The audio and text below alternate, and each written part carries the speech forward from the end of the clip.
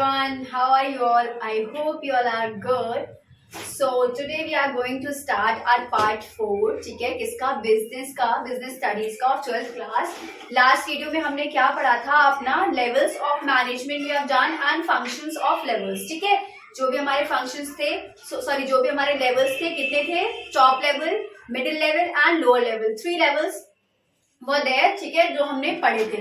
So today we will study about coordination. That what is exactly coordination? What is the meaning of coordination and what is the role of coordination? Coordination क्यों जरूरी होता है management में? ठीक है, अब देखिए coordination का पहले मतलब क्या होता है. The organization of different things or people so that they work together.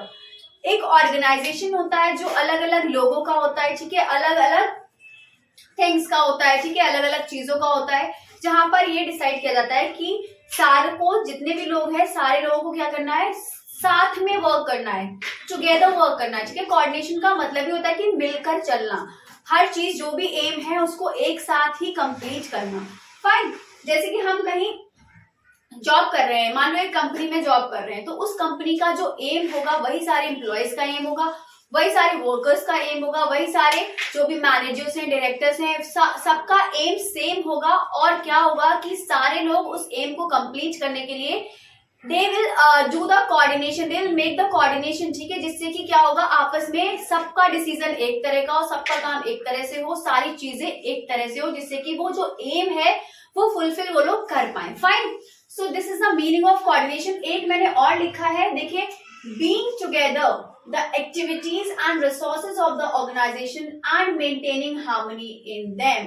एक साथ होकर सारी चीजें, सारी एक्टिविटीज को, सारे रिसोर्सेज को, जो भी ऑर्गेनाइजेशन के हैं, मेंटेन करना और उसको क्या करना, जो हार्मनी है, हार्मनी मीन्स क्लैशेस नहीं होने चाहिए, कलेश नहीं होने चाहिए कि हाँ यहाँ लड़ाई झगड़ा, कॉन्फ्लिक्ट्स नहीं होने चाहिए. ठीक है, लड़ाई झगड़े जो होते हैं वो नहीं होने चाहिए.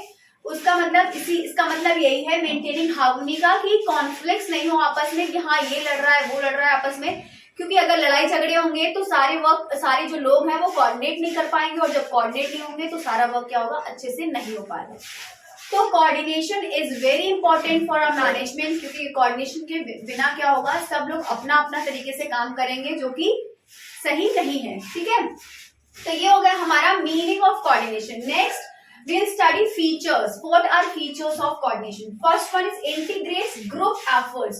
अब देखिए, कोऑर्डिनेशन के लिए क्या होना चाहिए? ग्रुप होना चाहिए, क्योंकि एक बंदा अगर काम कर रहा है तो एक के बीच में आपस में क्या कोऑर्डिनेशन करना है. आपस में तो अपने आप अकेले काम कर रहा है तो वो कोऑर्डिनेशन थोड़ी करेगा. तो क्या होता है, एक ग्रुप होता है, वो ग्रुप के बीच में जितने भी एफर्ट्स होते हैं, जितना भी जो भी चीजें होती हैं, वो सारा उस एफर्ट्स के बीच में क्या होना चाहिए, कोऑर्डिनेशन होना चाहिए सारी चीजें करने के लिए, जिससे कि सारा जो भी काम हो रहा है, जिस चीज के लिए जो लोग उन्होंने पर्पस किया है, एम किया है, वो चीज कंप्लीट हो जाए. ठीक है, नेक्स्ट वन इज कॉन्टिन्यूस. अब कॉन्टिन्यूस का मतलब क्या है? कोऑर्डिनेशन हमेशा चाहिए होती है. Coordination is continuous. ठीक है, ये नहीं है कि हाँ इस वाले हमने एम के लिए क्या करा है, कोऑर्डिनेशन बनाया है, फिर दूसरा एम हुआ उसके लिए कोऑर्डिनेशन नहीं किया. Coordination is continue. ठीक है, continuous. Fine. Next one is ensures unity of action. Unity of action means कि एक ही डिसीजन होना चाहिए, एक ही डायरेक्शन होना चाहिए. ठीक है, एक ही डायरेक्शन का मतलब क्या होता है कि सारे लोग जो भी एम हो उसी डायरेक्शन में वर्क करें. जो भी टॉप लेवल के थ्रू दिया गया है काम, जो भी टॉप लेवल ने एम डिसाइड किया है, उस एम को एक ही बंदा डायरेक्ट करे, एक ही चीज को डायरेक्ट करे, जिससे कि सारे लोग क्या करें, वो चीजें फॉलो करें और उसी चीज में कोऑर्डिनेट करें. फाइन.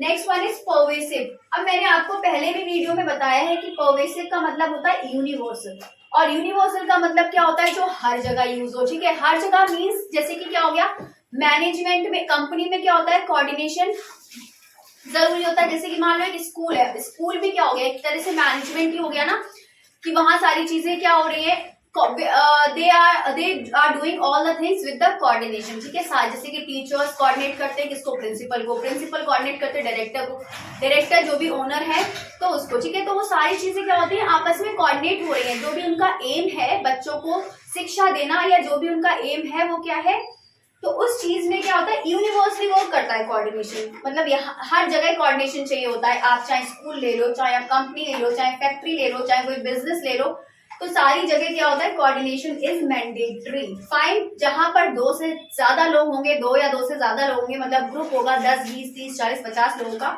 तो वहां पर कोऑर्डिनेशन चाहिए ही चाहिए, क्योंकि कोऑर्डिनेशन नहीं होगा। अब मान लो एक स्कूल का एग्जांपल ले लो, अगर एक स्कूल में टीचर्स हैं, तो एक कोई फंक्शन है, ठीक है, मान लो एनुअल फंक्शन है, अब उस एनुअल फंक्शन के लिए एक तरीका है कि हाँ हमें इस तरीके से इस चीज को हमें अपना कंप्लीट करना है, तो सारे टीचर्स को क्या होगा, आपस में कोऑर्डिनेट करना पड़ेगा। अगर वो कोऑर्डिनेट नहीं करेंगे तो जो भी एम है स्कूल का वो कंप्लीट नहीं हो सकता है, ठीक है। इसीलिए coordination is mandatory, coordination is compulsory, coordination is necessary. Fine, so our last feature is responsibility of every manager. Responsibility of every manager means कि coordination एक responsibility होता है किसका, हर मैनेजर का, ठीक है, क्योंकि कोऑर्डिनेशन अगर मैनेजर ही नहीं करेगा तो बाकी नीचे तो जो लोअर लेवल में होते हैं वो लोग तो बिल्कुल ही नहीं करेंगे। तो this is the responsibility of manager. So these all are the features of coordination. कौन कौन से थे हमारा, first one was integrates group efforts, next one is continuous, next one is ensures unity of action, and then pervasive, and then responsibility of every manager, ठीक है।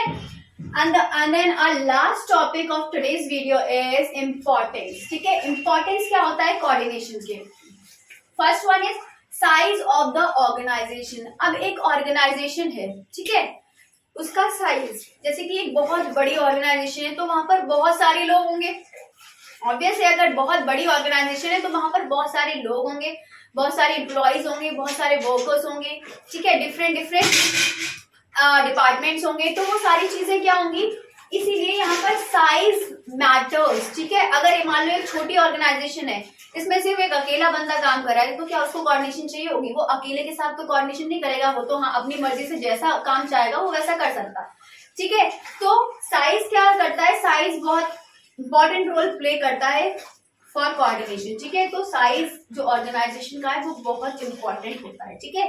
Next one is functional differentiation. Functional differentiation means कि जो हमारे departments होते हैं, ठीक है, अलग अलग डिपार्टमेंट्स बनाए जाते हैं, जैसे मैंने आपको बताया था परचेसिंग डिपार्टमेंट, सेलिंग डिपार्टमेंट, ठीक है, बहुत सारे अलग अलग डिपार्टमेंट्स होते हैं, फाइनेंस डिपार्टमेंट, तो वो सारी चीजें उसमें भी क्या होना चाहिए, आपस में कोऑर्डिनेशन होना चाहिए। Fine, next one is specialization. Specialization means क्या होता है कि जैसे ये भी डिपार्टमेंट से ही रिलेटेड होता है कि जो स्पेशलाइजेशन है, जैसे कि कुछ लोग क्या होते हैं अलग अलग चीज, जैसे कि मान लो अब हमें इसमें ऑडिटिंग चाहिए, अपनी एक कंपनी में ऑडिटिंग चाहिए, लेकिन ऑडिटिंग के लिए हमने ऑडिटर तो अपॉइंट किया ही नहीं, अब ऑडिटिंग के लिए हमें एक स्पेशल ऑडिटर अपॉइंट करना होगा, ठीक है। तो उस ऑडिटर को अब ये होगा कि no I am the best और कोई यहाँ पर ऑडिटिंग नहीं कर सकता, तो वो ऑडिटर अगर ये मेंटालिटी रखेगा तो कोऑर्डिनेशन कभी नहीं हो पाएगा। तो जो भी स्पेशल लोग हायर किए जाते हैं उन लोगों में भी क्या होना चाहिए, कोऑर्डिनेशन होना चाहिए, ठीक है। सारी चीजों में जब कोऑर्डिनेशन होगा तभी एक ऑर्गेनाइजेशन रन कर सकता है।